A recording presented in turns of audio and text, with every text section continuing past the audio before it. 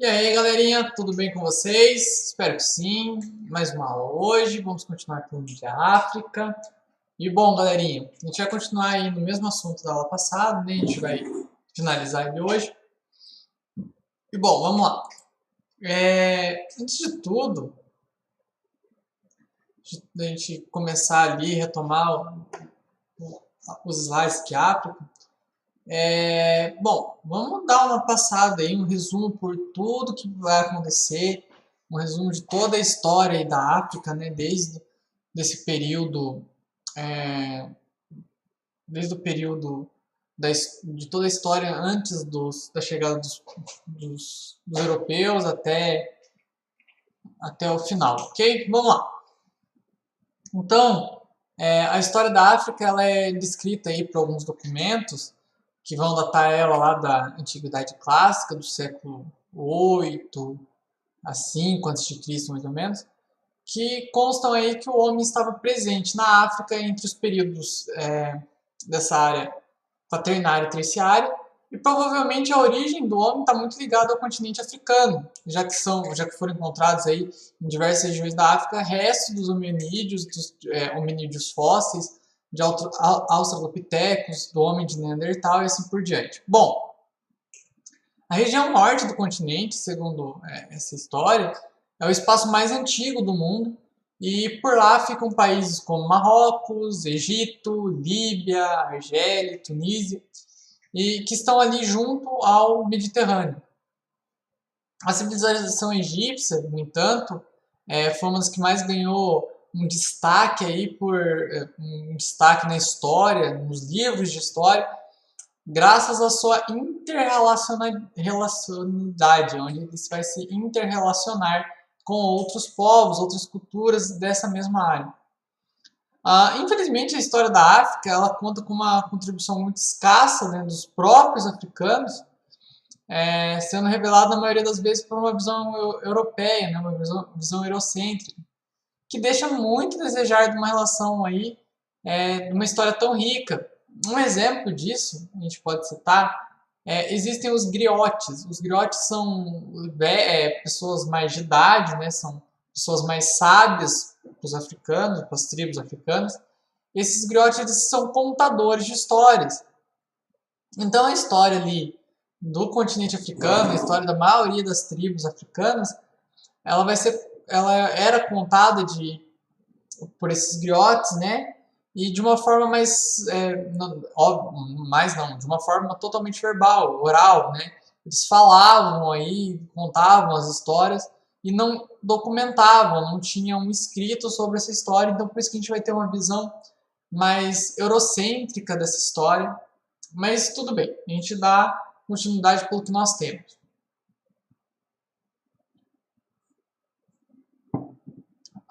Na história da África, a gente pode dividir ela em 3 fases. A gente vai usar os grandes reinos. A primeira é os grandes reinos africanos e o interesse comercial do Oriente. A segunda é o século XV, relações entre a África e o Ocidente.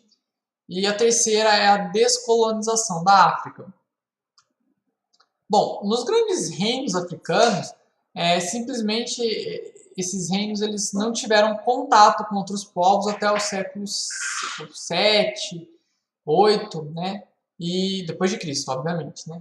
E que foi quando os árabes começam a se aproximar ali e levando para a África a cultura do comércio, né? E a cultura do islamismo. A gente já viu isso no slide passado, mas só para dar uma contextualizada, né? Bom, então os árabes aí têm uma presença muito forte dentro da África para fazer toda uma questão comercial, uma questão religiosa, dos profetas religiosos e assim por diante. Então tem uma ligação muito forte com a África e o deserto do Saara. Bom, entre os grandes reinos que se desenvolveram por lá, então, a gente pode destacar aí reinos como Gana, Mali, Songhai, isso em ordem cronológica, tá bem? Bom, vamos falar um pouquinho sobre cada um deles e falar de uma maneira aí bem tranquila aí para a gente poder entender. Bom, o reino de Gana ele vai ocorrer aí começar aí no século IV, né? embora ele só vá ter uma representatividade, um prestígio maior aí no século VII, né? E bom, em especial devido à sua riqueza em ouro, né? Que era a área que possuía e que atraiu muito o interesse dos árabes. Então os árabes queriam fazer bastante comércio ali com Gana justamente pela questão do ouro. Foi nessa época então que o comércio vai se intensificar em Gana, o que criou o primeiro cargo aí de ministro do comércio, e sendo este responsável por controlar e taxar as importações e exportações. Então olha para vocês verem que importante. Nesse período, a gente já tem aí uma estrutura, tanto política quanto econômica, muito forte nesse reino de Gana, e a ponto de ter até um ministro do comércio responsável por controlar e taxar importações e exportações. Ou seja, eles importavam produtos e exportavam seus produtos. Para vocês verem quão diferente era essa civilização. Diferente não, quanto é diferente do que a gente possa imaginar. Bom, era um reino muito notável, né, pela organização administrativa. Existiam várias subdivisões no governo. Existia um sistema de cobrança de impostos, uma espécie de províncias organizadas politicamente. A economia, as principais atividades eram o comércio com os árabes, a agricultura, pecuária e principalmente, né, a mineração. O reino de Gana, então, esteve no governo até o ano de 1240, que foi quando o rei Sundita Keita, né, do reino de Mali, conquistou o poder. Então muda-se algumas coisinhas. E se tratando então de um estado aí da África Ocidental, o reino de Mali manteve-se no governo entre os séculos 8 e no século 13 e no século 14. Dos 13 reinos grandes da África, esse foi o que mais se estendeu territorialmente, né? Foi o que mais teve expansão territorial. E tem o seu apogeu aí no século 14, durante o reinado de Mansa Musa, que se converteu ao islamismo. A gente já viu isso também, mas é só uma maneira resumida de falar tudo, ok?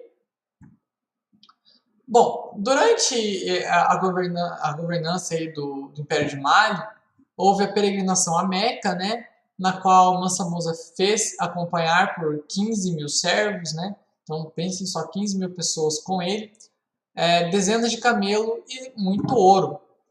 Quando voltou ao seu local, então, quando ele volta para Mali, foi responsável por construir escolas religiosas inspiradas na cultura islâmica em Timbuktu, que era a capital, né?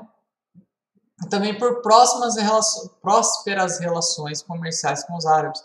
Então, Mansa Musa, além de se converter ao islamismo, ele conseguia fazer várias relações comerciais com os árabes, prósperas relações comerciais, escolas religiosas, entre outras coisas. Bom, representando aí um dos maiores impérios aí da história, temos o reino de Songhai, que ele dominou o continente aí do século XV até o século XVI, e com a base aí do seu poder instalada acerca do rio Níger, um rio muito importante aí dentro da África, um dos mais importantes, e ali eles conseguiram manter o domínio.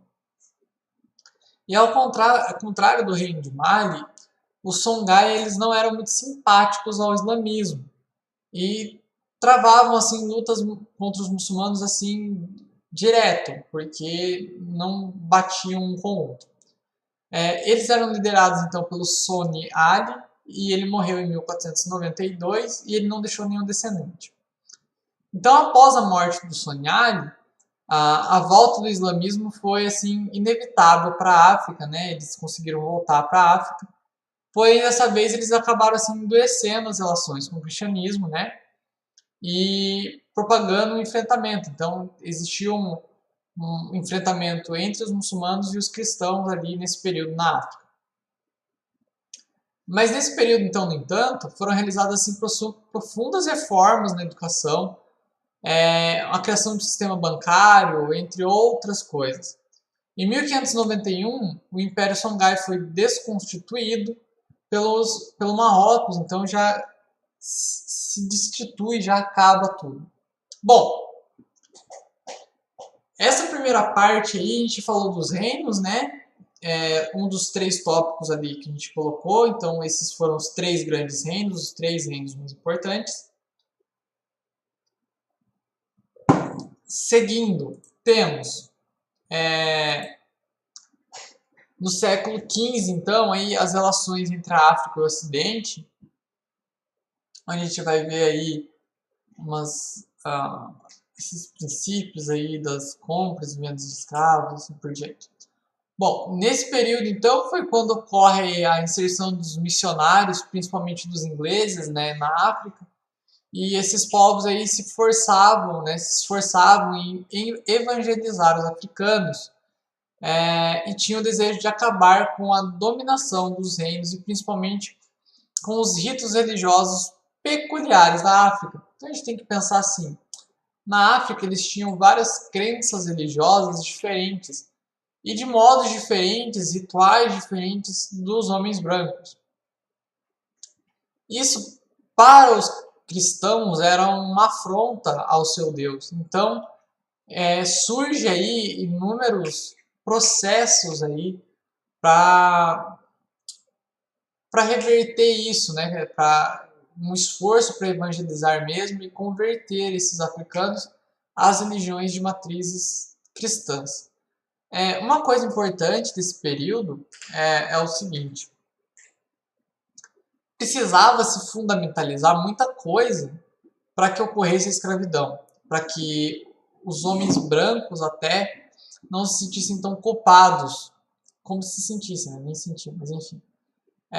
Então a gente vai ver vertentes religiosas, vertentes científicas, sociais, econômicas, de o porquê estavam escravizando.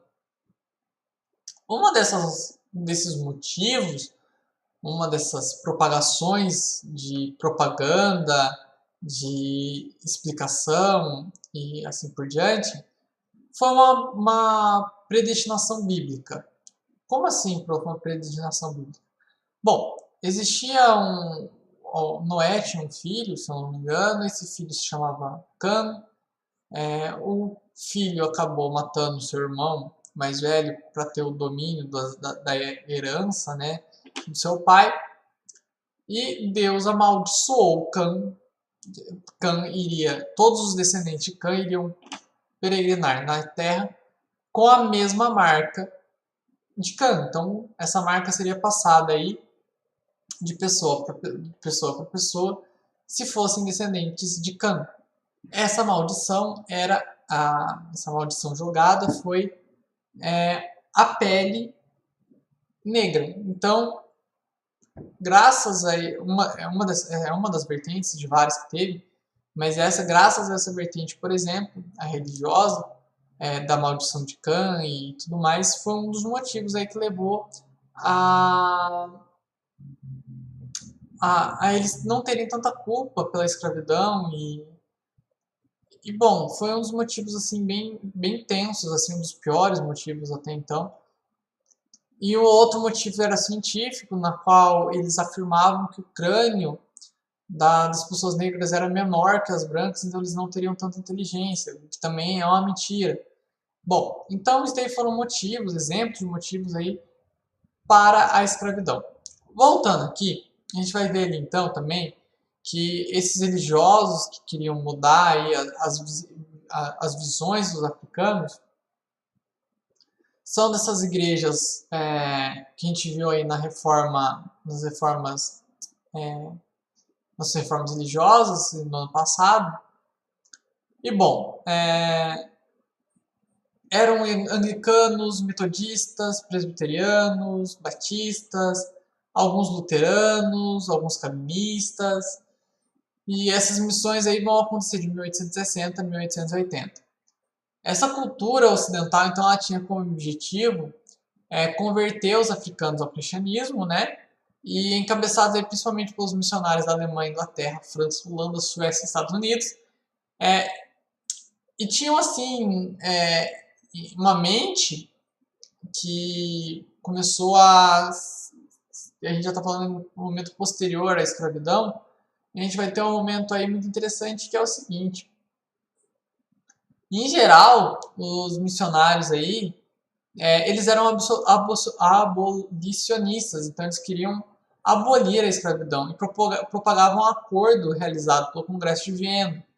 E eles defendiam aí a regeneração da África pela África, ou seja, eles viam assim os africanos pelos africanos, eles se reerguerem, mas ninguém nunca tentou entender uma coisa muito importante.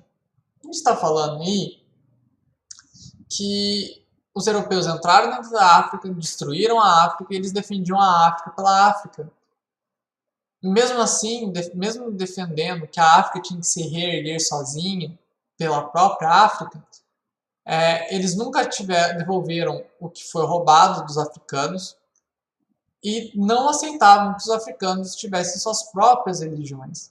Então, olha só para vocês verem, eles defendiam a África pela África, mas não defendiam tanto. Afinal, nesse período, a gente está falando de períodos conturbados, onde a gente vai ver inúmeras crises graças a esse preconceito, né? E mesmo os abolicionistas, eles tinham aí um certo discurso que não favorecia tão bem assim os africanos. Bom, posteriormente, então, no último tópico, né, a gente vai ter a descolonização africana. Esse daí é um processo, então, pelo qual o continente está passando até hoje. E mesmo com a retirada das nações da europeia e as proclamações de independência, a África ainda não consegue resolver os seus impasses e conflitos mais antigos. Afinal, a presença dos europeus foi muito forte dentro desse continente e a destruição foi muito, muito grande mesmo. Então, até hoje eles não conseguem se reconstruir da maneira qual deveria. Bom, abordando então esse breve resuminho aí antes de começar a aula da história da África, fica nítido então que não é possível abordar apenas uma cultura ou etnia, pois o continente ele é multicultural e multiétnico. Ele é imenso, é um continente inteiro, com inúmeras tribos, inúmeros países, e a gente vai ter ali uma história muito rica, muito ampla, na qual a gente não consegue abordar tudo, infelizmente, mas só a gente ter um princípio dela já é muito interessante. Bom, diversos países da África se envolvem em guerras civis até hoje, né, após a proclamação da independência, enquanto outros foram deixando para resolver as pendências posteriormente, e essas pendências ficam aí perpetuando. Foram todas essas construções da história africana que tornam esse continente, com as características atuais, norteados por violência, miséria, fome e guerras constantes. Então, tudo isso, todos esses percursos da história pelos europeus ali dentro da África, todas as incursões e excursões que foram feitas, acabaram assim gerando sérios problemas que eles perpetuam até os dias atuais. Isso a gente está falando no período lá por 1400, 1500, e que eles continuam aí até hoje, 1500, 1600, 1700, então eles continuam aí até hoje.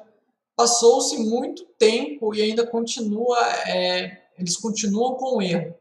O erro ainda ele é contínuo. E, bom, a gente vai para o slide rapidinho, não sei se vai dar tempo de terminar nessa aula, mas a gente vai lá e dá uma passada, tenta entender o que está acontecendo, entender um pouquinho melhor. Esse resumo eu posso mandar para vocês posteriormente, ok? Junto com o slide ou só o resumo, enfim. E bom, vamos lá, né? Vamos para o slide. Aguardem um segundinho. Bom, continuando, galerinha, a gente vai falar então a periodização da história da África, né? Uma das formas então que a gente pode utilizar para periodizar a história da África é seguir o modelo didático, né, que é contemplado aí no nosso livro, né? Nesse sentido, ela vai fazer da seguinte maneira: a história da África pré-colonial, ou seja, é toda a história da África anterior à implementação do colonialismo, e que vai da antiguidade dos meados do século XIX até meados do século XIX, né? E que significa um período muito dilatado no tempo. Ele representa a África autônoma, com seus reinos e impérios.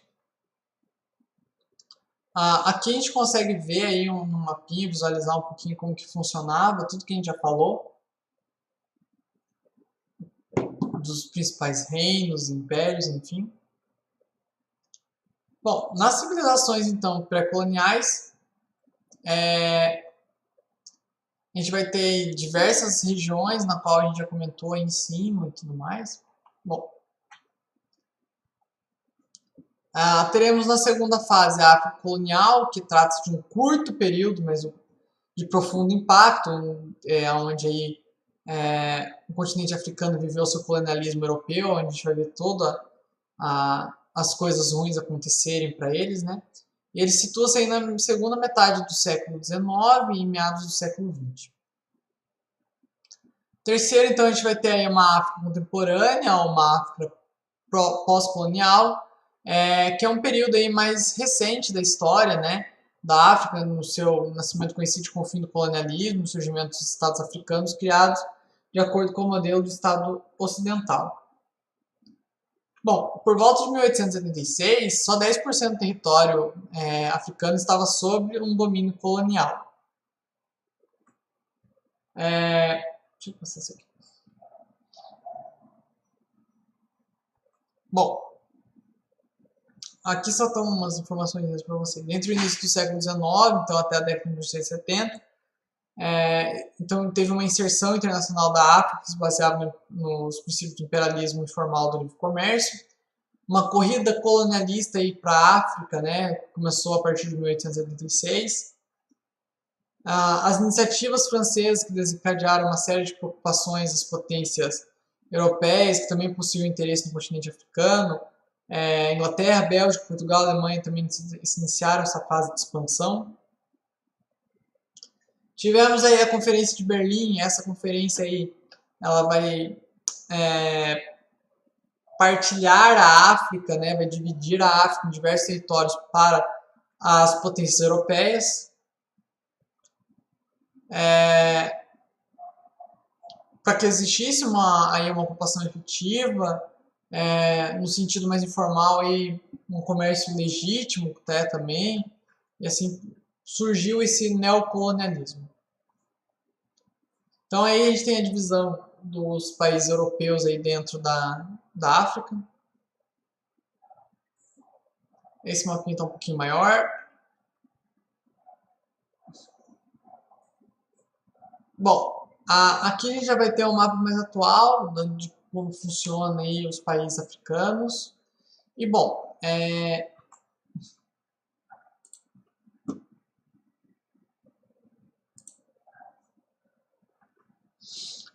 pessoal, para a gente terminar isso, para a gente terminar esse assunto de África, que já ficou no finalzinho ali.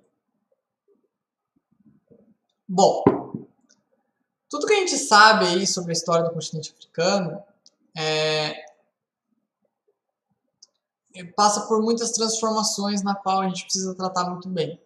A gente vai falar aí do período de escravidão, da venda de escravos, eu já falei isso sobre, já tem 1 ou 2 vídeos falando, mas agora vai ser mais um. A gente precisa se atentar profundamente à questão de esses territórios, esse comércio de escravos que os africanos faziam dentro da África antes dos portugueses, dos espanhóis e assim por diante, ele é totalmente diferente do comércio que a gente vai ter quando eles acabam comercializando para vir na questão da escravidão para cá, por exemplo, no Brasil, nos Estados Unidos e assim por diante. Até então, não era um comércio, esses escravos eles não tinham aí tanto uma imagem tão ruim, digamos assim, uma imagem de que eles eram inferiores ou coisa do tipo. Eles eram apenas escravos de guerras e, por serem escravos de guerras, eles poderiam ser comercializados segundo a cultura deles. Mas a partir do momento que o europeu chega e o europeu começa a comprar e comercializar esses escravos, a gente vai ver um intenso comércio de escravos, um comércio ilegal posteriormente. Mas esse comércio de escravos ele é muito conturbado, porque assim, a gente precisa entender, a gente precisa colocar na cabecinha nossa o seguinte: no comércio de escravos que tinha dentro da própria África, entre tribos africanas, era um comércio mais calmo, mais tranquilo, não tão, como que eu posso colocar, ele não era tão industrial como foi na época dos europeus, porque era uma coisa assim que acontecia, né, tinha sua normalidade, mas não em números tão elevados quando os portugueses chegam, e às vezes eles nem compravam esses escravos dos africanos, eles simplesmente sequestravam as pessoas dos locais e levavam para outra terra que eles nem conheciam e nem sabiam o que poderia acontecer. Bom, como a gente está falando disso, é importante a gente entender que mesmo a África sendo muito rica, tendo uma produção de ouro, uma produção de matérias-primas e afins, a África ainda é destruída, ainda tem resquícios dessa nova neocolonização, né, desse novo colonialismo, porque até hoje eles pagam uma espécie de impostos pela sua independência. Então a gente tem aí essa história africana marcada aí até hoje pelos europeus. Um exemplo, um dos mais básicos que a gente tem, por exemplo, é que assim, tudo que tinha no Egito, que é uma cultura esbranquiçada, tudo que tinha no Egito, toda a riqueza do Egito, por exemplo, ela foi levada para museus europeus e não está em museus egípcios. A gente vê aí vários traços que os europeus ainda interferem muito na vida dos africanos, direto ou indiretamente, e os lastros aí que a escravidão deixou até hoje, né?